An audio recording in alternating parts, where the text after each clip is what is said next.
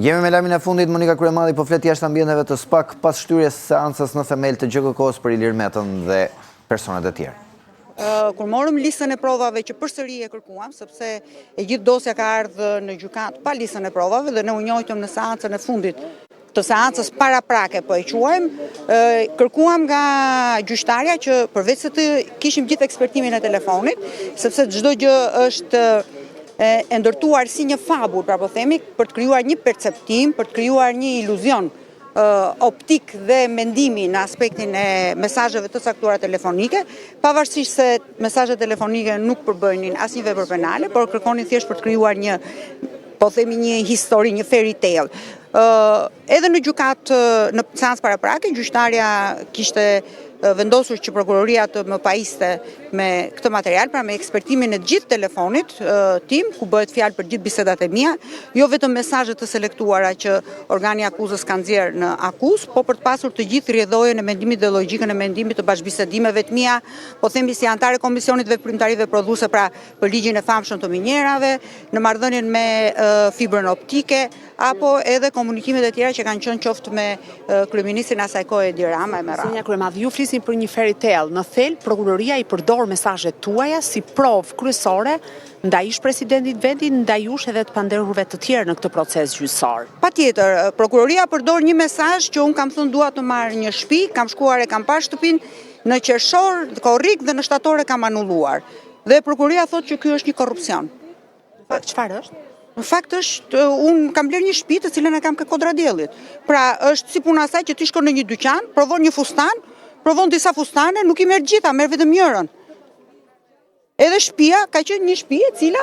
shkuar, por ajo thotë pretendon që kjo shtëpi është marrë si premtim për ligjin e minjerave që ka të bëjë ligjin 134 i 2014-s, për të cilën ky ligj e para një shtëpia nuk ekziston, por e dyta dhe ligji është vendim kolegjial. Nuk është vendim personal edhe as përfitim ekonomik, duke pasur parasysh që ligji për minjerat, i miratuar në tetor të 2014-s, ka të bëjë me sigurinë e punëtorëve në minjerë në galeri, pra që përfitonin 2000 minatorë, sigurinë e jetës dhe mbi 37 biznese që punonin në po themi në Bulqiz. Nga ana tjetër, apo 50 biznese janë në gjithë sistemin minerar. Dhe nga ana tjetër, një shtëpi e porositur 6 muaj përpara se ligji të vinte në parlament. Një ligj i propozuar jo nga Monika Kryemadhi, po i propozuar nga Ministria e Industrisë asaj kohe, ministri Damian Gjiknuri, kryeministër Edi Rama, besoj se të gjithë e keni parë fjalimin e tij në parlament, për ligjin dhe një komision i veprimtarive prodhuese i drejtuar nga Eduard Çalci dhe një deputet relator që ishte Nami Kopliku. Do t'i kërkoni si dëshmitar gjithë këto emra që ju përmendat në këtë proces? Patjetër, ne do t'i kërkojmë të gjitha si dëshmitar, sepse një nga akuzat është çështja e ligjit për minjerave, pra po themi korrupsion ose influencë në ndërhyrje, pra influencë për përfitim financiar, patjetër që do të vinë sepse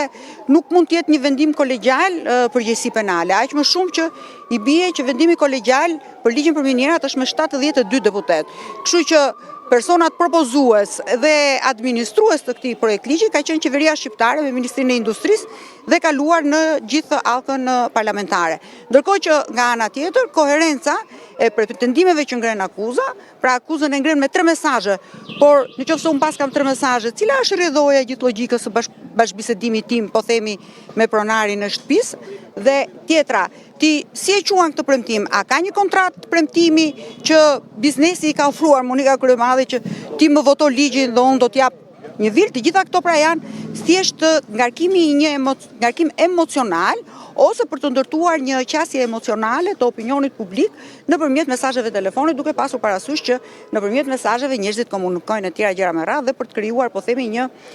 intimidim apo edhe një, po themi, iluzion komplet tjetër të realitetit çfarë ndodh në dosje. Zonja Kryemadhi, hetimi ju ndau me zotin Meta, ju divorcoi pas 27 vjetësh. Mos ndoshta gjykimi do t'ju bashkojë, duke qenë se jeni në të njëjtën trase për të kërkuar pafajësi? Shiko, Klodi ka 2 gjëra komplet të ndryshme nga ato që